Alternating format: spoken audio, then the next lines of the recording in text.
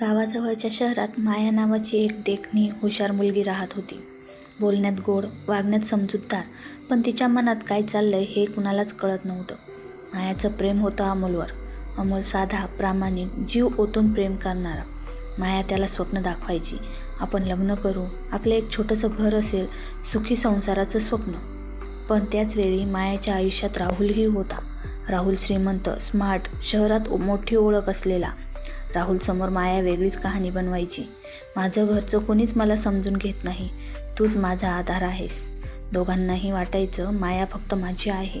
काही महिन्यांनी गावात तिसरंच नाव पुढे आलं. समीर. परदेशात नोकरी, मोठं पॅकेज, स्थिर आयुष्य. मायाच्या आईवडिलांना हाच मुलगा हवा होता. मायाने विचार केला. प्रेम अमोलकडून, सुख राहुलकडून आणि सुरक्षित भविष्य समीरकडून. अमोल आणि राहुल दोघांनाही तिने आश्वासनं देणं चालू ठेवली. पण घरच्यांसमोर मात्र ती आज्ञाधारक मुलगी बनली. लग्नाचा दिवस आला. मांडपात समीर बसला होता. माया नवरीच्या वेशात, चेहऱ्यावर लाज, पण डोळ्यात एकही अश्रू नव्हता. लग्नाची बातमी कळताच अमोलचं जगच कोसळलं. राहुलने तर फोनच बंद करून मायाला आयुष्यातून काढून टाकलं. लग्नानंतर समीर चांगला नवरा होता, पण मायाच्या मनात शांतता नव्हती. रात्री तिला अमोलचे शब्द आठवायचे. दिवसा राहुलचे स्वप्नवत आयुष्य. एक दिवस सत्य उघड झालं. राहुल आणि अमोल दोघेही समीरपर्यंत पोहोचले. त्यांनी समीरला सगळं सांगितलं. समीर शांतपणे ऐकत राहिला आणि मग म्हणाला, माया, तू 3 माणसांची आयुष्य हातात खेळवलीस, पण आजपासून माझ्या आयुष्यात तुझ्यासाठी जागा नाही. शेवटी माया ना अमोलची राहिली, ना राहुलची, ना समीरची. तिच्याकडे पैसा होता, घर होतं, पण विश्वास नावाची गोष्ट कायमची हरवली होती. समीरने घर सोडायला सांगितल्यानंतर माया थेट माहेरी आली. आईवडिलांसमोर ती रडली, स्वतःला पीडित दाखवलं, पण आतून तिचं मन अजूनही अस्वस्थ होतं. सगळं हातातून निसटलं. पण मी इतकीही कमजोर नाही, असं स्वतःशीच ती पुटपुटली. मायाने नवीन डाव रचला. मायाला माहिती होतं अमोल अजूनही तिला विसरलेला नाही. ती मुद्दाम एक दिवस अमोलच्या ऑफिसजवळ गेली. डोळ्यात पाणी, चेहऱ्यावर पश्चाताप. अमोल, मी खूप मोठी चूक केली. सगळे मला वापरून गेले. फक्त तूच खरं प्रेम केलं होतंस माझ्यावर. हे शब्द ऐकताच अमोलचं काळीज वितळलं. त्याने तिला आधार दिला. माया पुन्हा हळूहळू त्याच्या आयुष्यात शिरू लागली. पण भूतकाळ शांत बसत नाही. राहुलला हे कळालं. त्याला राग आला नाही, तर सूड घ्यायची इच्छा झाली. तो थेट समीरकडे गेला आणि म्हणाला, तुझी बायको अजूनही 2 लोकांच्या आयुष्यात खेळते. आज अमोल, उद्या कोणी तिसराच. समीरच्या मनात आधीच संशयाची ठिणगी होती. आता ती आग बनली. एका संध्याकाळी समीर, राहुल आणि अमोल तिघेही एकाच वेळी मायासमोर उभे राहिले. माया गोंधळली. पहिल्यांदाच तिचे शब्द अडखळले. समीर थंड आवाजात म्हणाला, आज तुझ्या प्रत्येक नात्याचा हिशोब होणार आहे. अमोलला समजलं, ती फक्त फसवली गेली नव्हती, ती फसवणारी होती. अमोल मागे सरकला. माया, मी तुझ्यासाठी माझं आयुष्य उद्ध्वस्त करायला तयार होतो, पण खोट्यासाठी नाही. तिघांनीही मायाला सोडून दिले. तिघेही दूर गेल्यावर माया एकटी पडली. पहिल्यांदाच तिला कळालं, तिने कोणालाही हरवलं नाही, तिने स्वतःलाच हरवलं होतं. रात्री उशिरा तिला समीरचा मेसेज आला, कायदेशीर घटस्फोट लवकरच. घटस्फोटाची नोटीस हातात घेतल्यावर मायाच्या हातून कागद खाली पडला. पहिल्यांदाच तिला भीती वाटली, खरी, खोलवरची.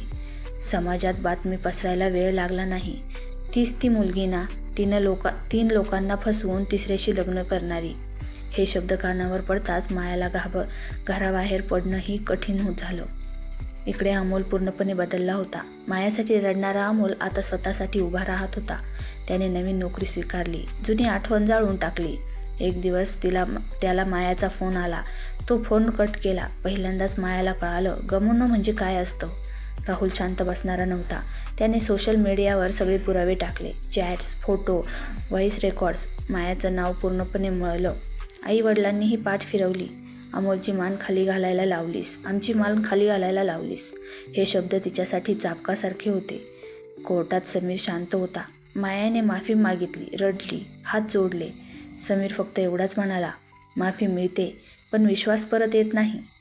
कोर्टात त्यांचा घटस्फोट मंजूर झाला. एकही शब्द जास्त नाही, एकही अश्रू नाही. ना नवरा, ना प्रेम, ना समाज. आता माया एकटी पडली. त्या रात्री तिने पहिल्यांदा स्वतःशी आरशासमोर उभी राहून विचारलं, मी इतकी स्वार्थी कशी झाले? उत्तर आरशात नव्हतं, ते तिच्या अंतःकरणात जळत होतं. 3 वर्ष उलटली. माया आता त्या शहरात नव्हती. ती एका लहानशा गावात महिलांच्या आश्रमात काम करत होती. ना मेकअप, ना महागडे कपडे, फक्त साधेपणा. लोकांना तिचं भूतकाळ माहीत नव्हतं. पण रात्री उशाशी तिच्या चुका जाग्या असायच्या. एका सामाजिक कार्यक्रमात अमोल तिथे आला. तो आता स्थिर होता, आत्मविश्वासू, डोळ्यात शांतता. मायाला पाहताच तो थांबला. ती मान खाली घालून उभी राहिली. माफी मागायला आलो नाही, माया हळू आवाजात म्हणाली. कारण काही चुका माफीसाठी नसतात. अमोल काही क्षण शांत राहिला. मग म्हणाला, तू मला तोडलंस, पण तूच मला मजबूत केलंस. ते दोघे वेगवेगळ्या वाटांनी निघून गेले. कुठलंच नातं पुन्हा जोडायचं नव्हतं. काही महिन्यांनी मायाला कळालं, समीर परदेशात सेटल झाला होता. नवीन आयुष्य, नवीन सुरुवात. तो आनंदी आहे हे कळाल्यावर मायाच्या मनावरचं ओझं थोडं हलकं झालं. राहुल मात्र एकटाच राहिला. सुडाने त्यालाच पोखरलं. लोक होते, पैसा होता, पण विश्वास कुणाचाच नव्हता. माया आश्रमातच राहिली. लग्न केलं नाही, प्रेम शोधलं नाही. ती इतर महिलांना एकच गोष्ट सांगायची, प्रेम म्हणजे निवड आणि फसवणूक म्हणजे स्वतःचं आयुष्य जाळणं. काही जखमा भरतात, पण त्यांचे उरण आयुष्यभर आठवण करून देतात. मायाने सगळं गमावलं, पण सत्य स्वीकारण्याचं धैर्य तिला मिळालं. जेव्हा माणूस अनेकांना फसवतो, तेव्हा तो एकटाच स्वतःसमोर उभा राहतो. मित्रांनो, ही होती आजची मायाची फसवेगिरीची स्टोरी. प्रेमाचं नाटक करून ती 3 मुलांच्या आयुष्याशी खेळली. स्टोरी कशी वाटली कमेंटमध्ये नक्की कळवा व अंतरंग स्टोरी चॅनलला सबस्क्राईब करा.